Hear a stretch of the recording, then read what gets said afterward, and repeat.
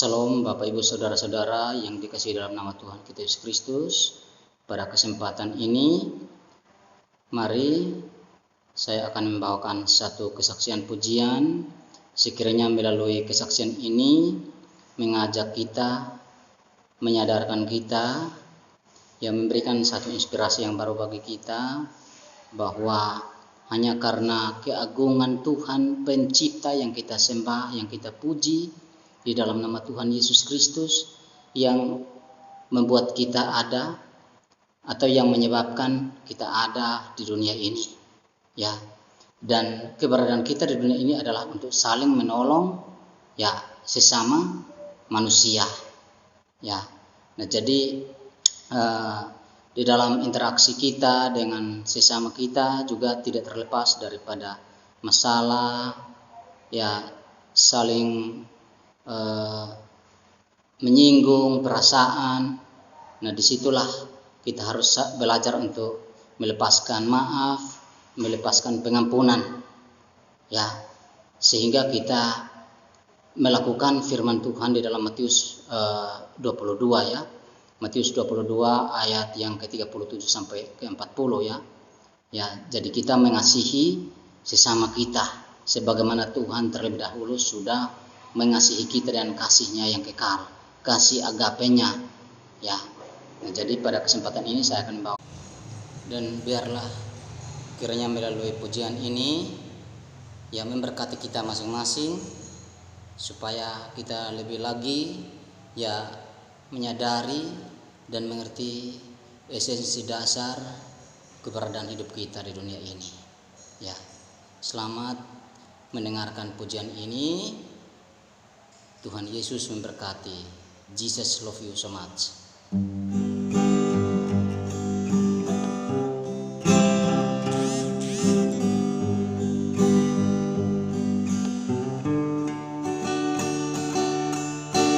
Keagungan Tuhan pencipta hadirkan kita di dunia untuk saling mengasihi dan menolong sesama. Itulah arti hidup yang dikehendaki Yesus.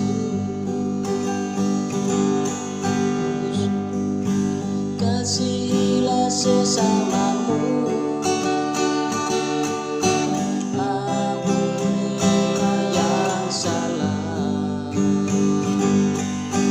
kasih tiada membedakan di antara kita.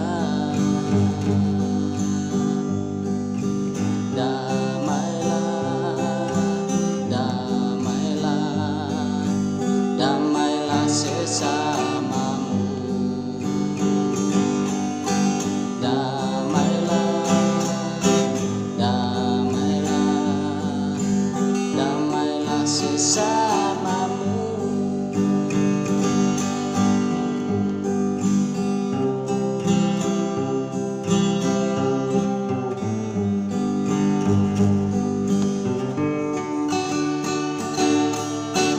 Keagungan Tuhan pencipta hadirkan kita di dunia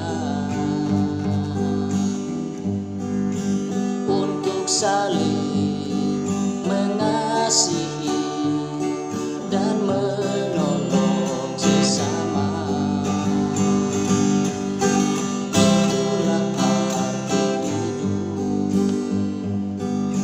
yang dikehendaki Yesus.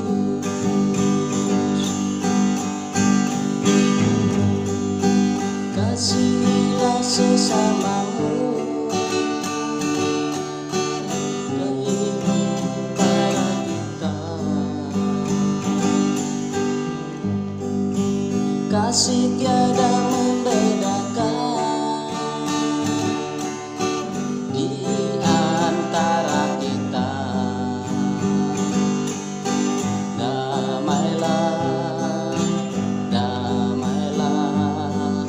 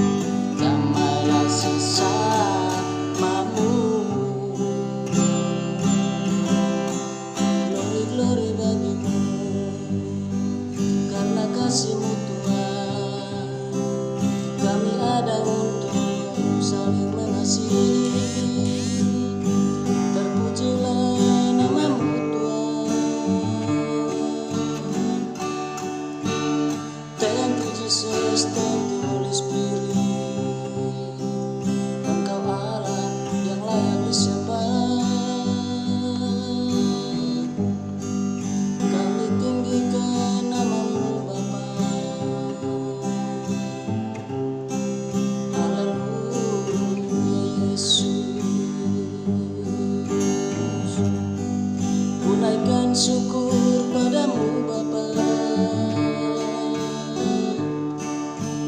Haleluya, terpujilah namamu.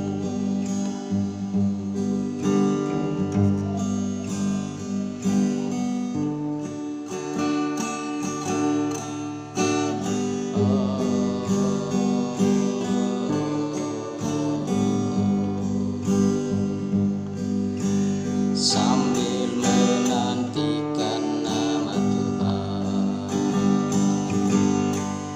karena terputus asa negeriku, dengan riang hatiku ini serahkanlah hidupmu pada Tuhan. Jauhkanlah dirimu dari dosa, dengan riang hatiku ini. Haleluya, terima kasih, terpujilah Yesusku. Hanya keagungan-Mu Tuhan, kami ada di sini. Thank you Father, thank you Holy Spirit, for your blessing.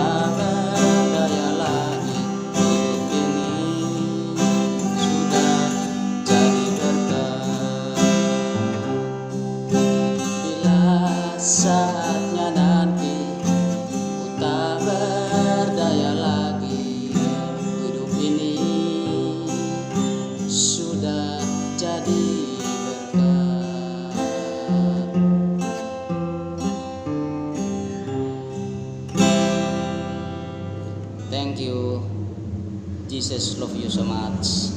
Ya, masih belajar ya. Ini masih dalam kesederhanaan. Ya, Tuhan hanya memberikan talenta yang secukupnya. Tuhan pakai setiap orang dengan kapasitas yang berbeda-beda.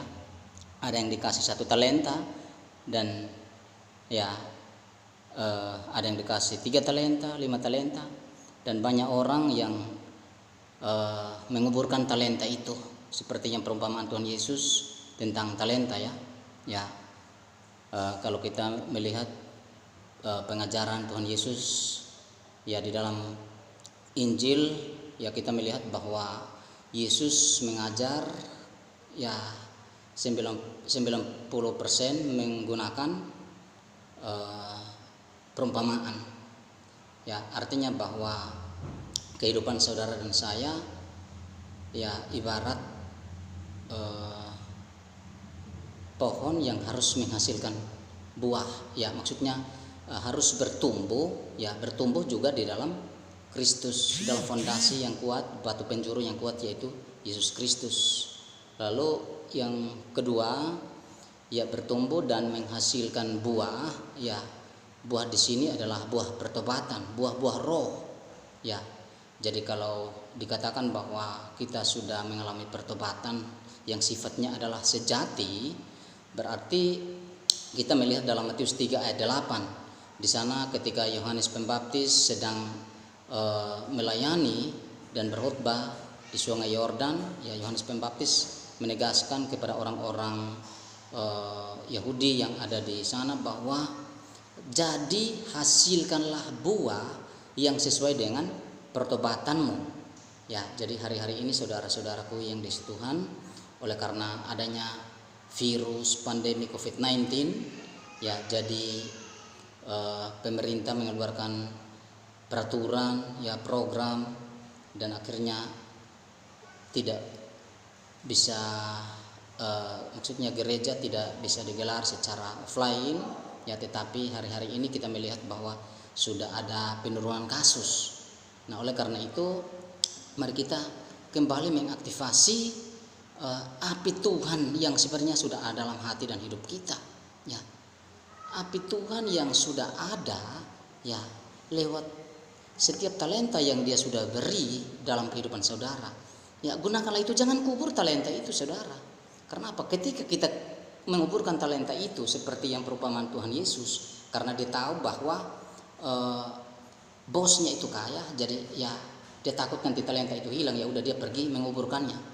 Jadi sampai satu saat ketika tiba saatnya untuk mengumpulkan segala sesuatunya, ya dia mengatakan bahwa karena aku takut, ya Tuhan adalah raja yang kejam dan aku menguburkannya. Ya, artinya apa? Itu adalah ilustrasi dan perumpamaan tentang apa yang Tuhan berikan di dalam kehidupan saudara dan saya. Ya, kita kembangkan. Ya, kita kembangkan. Ya, biarlah terjadi secara progresif. Ya, menyertai setiap langkah hidup kita, menyertai setiap langkah hidup kekristenan kita. Ya, sehingga pada akhirnya ya ketika kita sudah tidak berdaya lagi, ya hidup kita sudah menjadi berkat lewat setiap talenta yang Tuhan sudah berikan, dan ya kita bisa memberkati banyak orang. Seperti itu saudara. Banyak orang yang pelit 7 turunan dengan talenta yang Tuhan berikan, tidak mau mengajarkan firman Tuhan kepada orang lain, tidak mau memberikan nasihat, teguran, pengarahan, bimbingan. Dan kalau itu maksudnya dalam perspektif firman Tuhan. Tapi banyak orang juga yang punya talenta, misalnya bisa main musik, ya dia juga ini ya harus bayar kursus dong. Nah, jadi akhirnya ya memang keuangan yang Maha Esa. Ya, padahal setiap talenta yang dianugerahkan oleh Tuhan bagi kita tidak bayar, itu cuma-cuma saudara, itu anugerah terbesar. Ya, jadi memang dalam hidup kekristenan kita jangan mau bertindak sebagai hanya istilahnya orang-orang Kristen yang pengamen, dalam artinya ikut-ikutan saja tetapi tidak tahu esensi dasar hidup kekristenan di dalam dunia ini.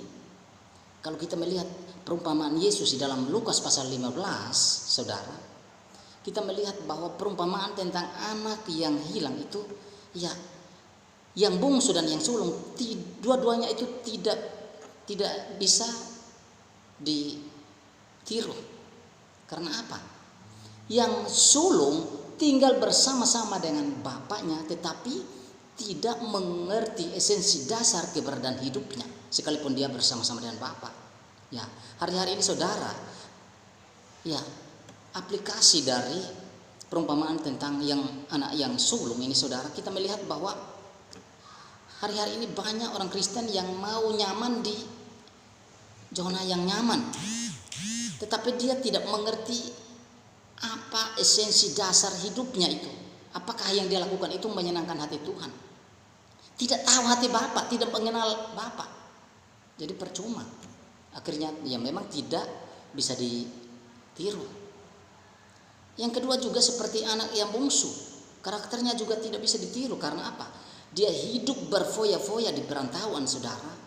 Ya, sudah masuk dunia hitam. Ya, tetapi ada kesadaran. Nah, yang mendorong dia ada kesadaran untuk kembali kepada Bapa, saudara, kepada bapaknya atau ayahnya. Itu bukan karena dorongan secara spiritual, tetapi itu karena apa? Dorongan secara jasmani, yaitu perut. Dia tidak mau lapar. Dalam kondisi itu dia sedang lapar. Dia sedang bekerja pada satu majikan yang bekerjanya tiap hari dia harus memberi makan babi. Ya. Nah, jadi satu saat dia berpikir, aduh, ini di rumah bapakku banyak orang upahan, banyak makanan. Ya. Nah, itu artinya apa? Tingkat kesadarannya itu bukan berasal daripada dorongan spiritualitas seperti itu, saudara. Tetapi itu hanya dorongan dari jasmani. Jadi kedua-duanya itu tidak dapat ditiru. Artinya apa? Dari perumpamaan Tuhan Yesus ini, ya, dari anak yang sulung kita belajar untuk kita hanya jangan mau nyaman, ya, jangan mau nyaman di zona nyaman kita, tidak mau melakukan sesuatu apapun yang kita tahu, ya, karena kita sudah percaya Tuhan, jadi kita tidak dapat melakukan apapun. Ya, saya sudah percaya Tuhan, saya tidak mau menginjili orang, tidak mau mengajak orang datang kepada Tuhan. Ya, itu salah juga. Kita tidak mengerti hati Bapa, tidak mengenal hati Bapa, tidak mengerti, ya, Bapa yang sesungguhnya, seperti itu. Ya. Nah, oleh karena itu Bapak Ibu saudara-saudara, dalam hidup kekristenan kita, dalam menghadapi kesulitan dunia ini, ya, jangan kita suam-suam kuku, ya, karena apa? Firman Tuhan di dalam Wahyu dikatakan bahwa siapa yang suam-suam kuku akan kumuntahkan. Ya, jemaat yang suam-suam kuku akan dimuntahkan. Jadi saudara mau jadi jemaat yang suam-suam kuku, ya, yang mau matang nggak matang, yang mau dingin nggak dingin, mau panas nggak panas, ya cuman gitu-gitu aja, panas-panas tai ayam. Ya, jadi kekristenan kita tidak membawa dampak. Padahal Yesus katakan dalam Matius pasal 5 ayat 13 sampai 16 dikatakan bahwa, ya, garam dan terang. Jadi saudara dan saya bertindak di dunia ini sebagai garam dan terang. Ya. Nah, jadi kesulitan-kesulitan di dunia ini juga bukan berarti membuat kita untuk, ya, lengah, tidak membuat Injil dan kerajaan Tuhan, ya, berkumandang. Tapi justru melalui setiap pengalaman rohani yang kita alami, yang kita hadapi, justru membuat kita untuk semakin kita giat, kita lebih giat lagi bersaksi tentang perbuatan ajaib dan karya Allah yang Tuhan nyatakan, yang Dia nyatakan dalam kehidupan kita. Bapak Ibu saudara-saudara, satu kejadian ketika minggu lalu, ya, anak saya yang kedua yaitu Albert Rafael memasukkan benda, ya, ring motor di dalam hidungnya dan tidak bisa dikeluarin. Saudara, singkat cerita, saya sedang asik dengan pelayanan, ya, di Komsel Kapu Gang Sinar, dan disitulah saya, ya, mengadakan pembagian sembako, dan istilahnya saya saya menikmati pelayanan seperti itu.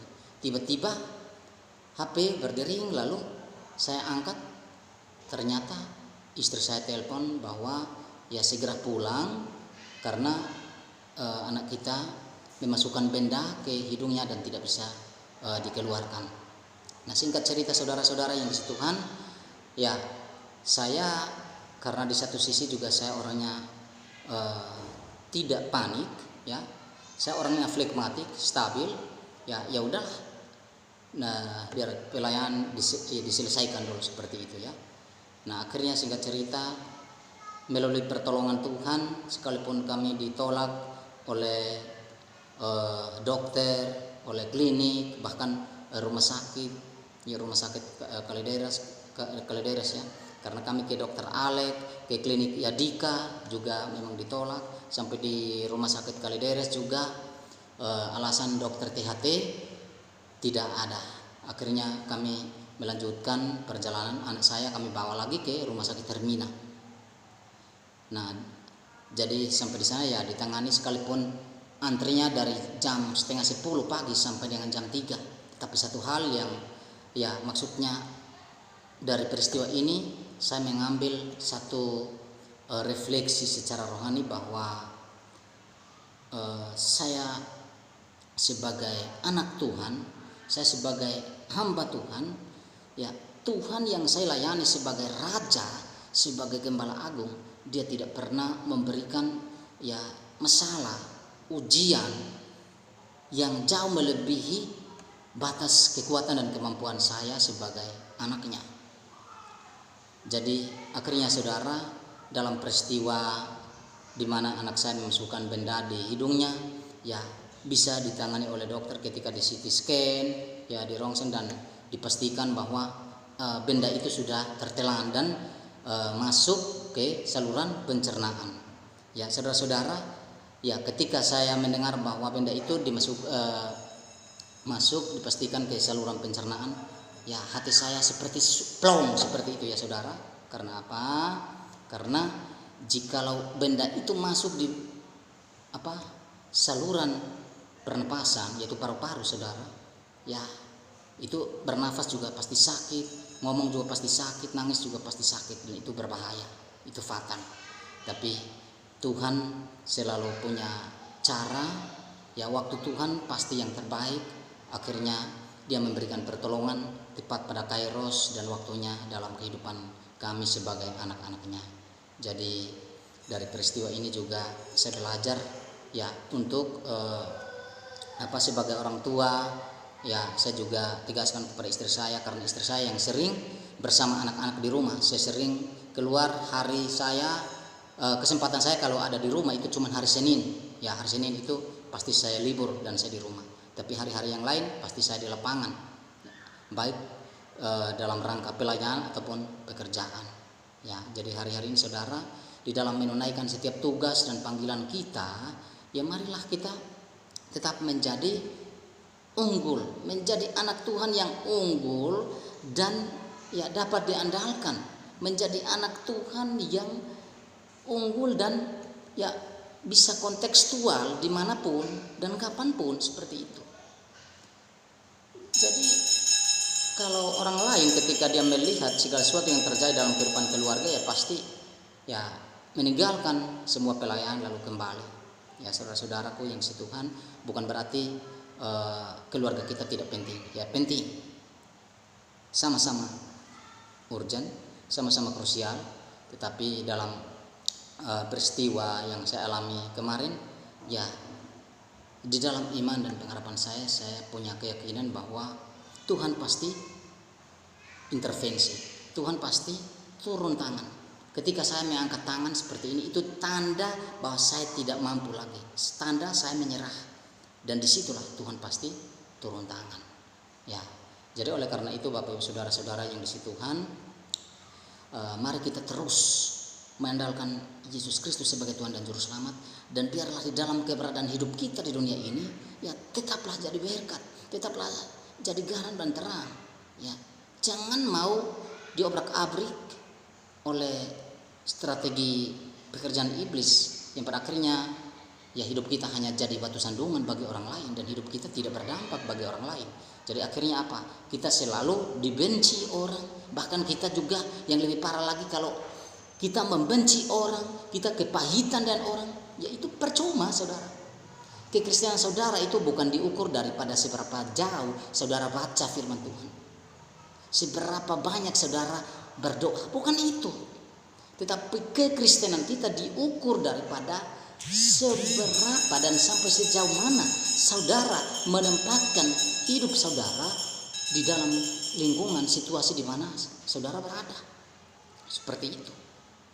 Bukan kekristenan kita bukan diukur dari ya kita puasa satu hari berapa kali atau satu minggu berapa kali, kita berdoa satu minggu berapa kali, bukan itu. Kalau hanya itu aja ya berarti kita tidak bisa mengamalkan salib. Karena apa? Vertikal dan horizontal itu penggambaran ya memang kita harus punya intimate giving ya, hubungan relasi. Ya, relasi kita dengan Tuhan dan juga relasi kita dengan sesama itu sangat-sangat perlu. Dua hal yang ya ibarat satu mata uang ya. Seperti itu. Maksudnya mata uang yang terdiri dari dua sisi yang tidak dapat dipisahkan. Nah, jadi lewat ya renungan singkat pada sore hari ini saudara-saudara, oleh karena keagungan Tuhan kita Sang Pencipta yang kita kenal dalam nama Tuhan Yesus Kristus, Dia membuat kita hadir di dunia ini. Ya, marilah kita mencari berkat. Marilah kita melepaskan ya pengampunan, kata maaf kepada orang-orang yang mungkin yang menyinggung perasaan kita, membuat kita ya kita kepahitan. Percuma saudara. Apalagi kalau saudara menanamkan kepahitan, ya saudara kepahitan kepada orang lain. Orang yang saudara benci itu dia tidak tahu, tetapi saudara yang sakit. Ketika setiap kali saudara bertemu dengan orang itu, saudara yang sakit. Ya, akhirnya lama-lama saudara ya bisa sesak napas dan mati sendiri. Ya, saudara-saudara, ketika kita kepahitan itu artinya apa? Itu satu-satunya jalan yang membuat kita untuk kita sendiri yang mengundang penyakit itu di dalam diri kita. Ya, karena apa? Orang yang kita benci, orang yang kita kepahitan terhadap dia itu dia tidak tahu kalau kita sedang membenci dia.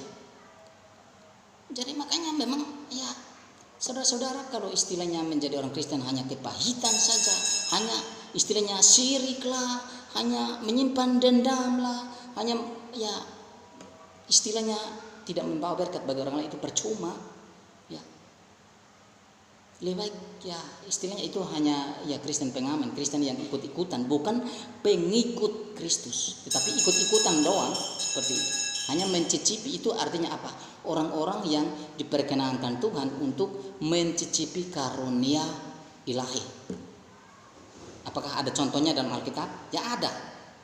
Yohanes pasal 17 ayat 12. Apakah Yudas itu dipilih oleh Tuhan Yesus? Ya benar. Yudas Iskariot itu memang Tuhan Yesus yang pilih. Tetapi ya pada akhirnya dia harus binasa.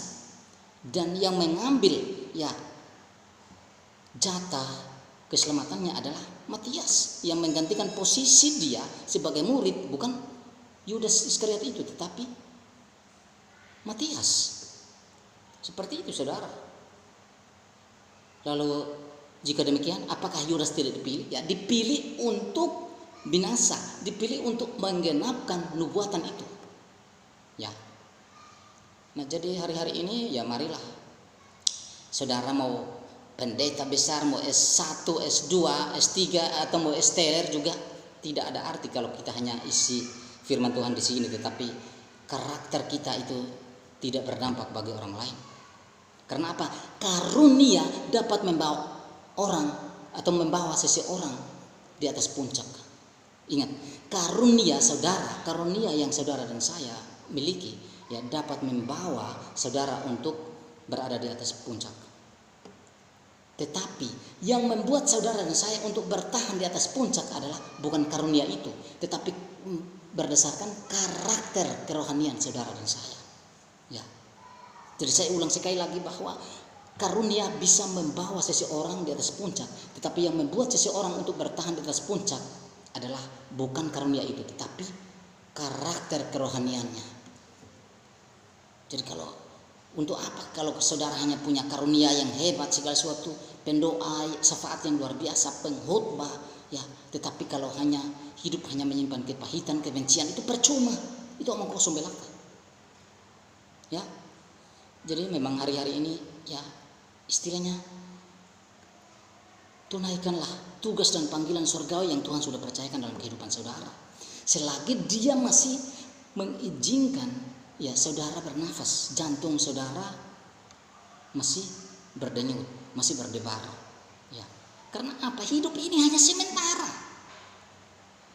Jadi nanti setelah kita mati, ya selesai. Jadi pastikan supaya setelah kita mati juga, ya, hidup kita sudah menjadi berkat bagi orang lain. Itu aja keberadaan hidup kekristenan di dunia ini. Jadi selagi dia masih memperkenankan kita untuk hidup di dunia ini, ya mari kita gunakan waktu dan kesempatan itu dengan semaksimal mungkin, sehingga pada akhirnya hidup kita boleh berdampak untuk memuliakan Dia. Karena apa? Karena saudara dan saya, jika membanggakan diri dengan karunia yang ada, percuma. Karena apa? Saya ulang sekali lagi bahwa karunia bisa membawa seseorang di atas puncak, tetapi yang membuat seseorang untuk bertahan di atas puncak adalah karakter kerohaniannya, bukan karunianya. Ya. Jadi ketika kita menyadari keberadaan hidup kita, panggilan kita, ya, maka mari tunaikanlah tugas dan panggilanmu dengan sikap hati, roh yang menyala-nyala. Lakukanlah sesuatu seperti untuk Tuhan. Ya. Jangan hanya karena ya lakukan ini karena program gereja, karena program pelayanan, karena program yayasan, ya percuma, gak ada arti. Tugas dan panggilan saya, saudara, adalah mengutamakan satu, yaitu kepentingan Bapa di surga. Itu. Jadi kalau kita masih menyimpan kepahitan, ya, kebencian, ya, percuma hidup yang terlena dengan dosa. Lebih baik merdeka di dalam Kristus supaya menjadi hamba kebenaran daripada tetap tinggal di dalam lingkaran setan untuk tetap menjadi pelaku dosa. Ya. Jadi pastikan keberadaan hidup saudara hari-hari ini, bahwa saudara benar-benar sudah merdeka di dalam Kristus, dan di dalam perjalanan hidup saudara ya akan tetap menjadi hamba kebenaran. Seperti itu. Jadi jangan mau dimanfaatkan oleh iblis, jangan mau diperalat oleh iblis untuk melakukan dosa. Kemerdekaan yang Kristus sudah berikan, saudara, ya kita gunakan itu untuk kemuliaan namanya. Seperti itu. Ya. Jadi mari kita terus menunaikan tugas dan panggilan kita sampai ketika kita tidak berdaya lagi, maka hidup kita sudah menjadi berkat dan namanya ditinggikan, diagungkan. Praise the Lord for His blessing and mercy given to us, so that we can still like right now. Tuhan Yesus memberkati saudara dan saya. Selamat sore, Shalom.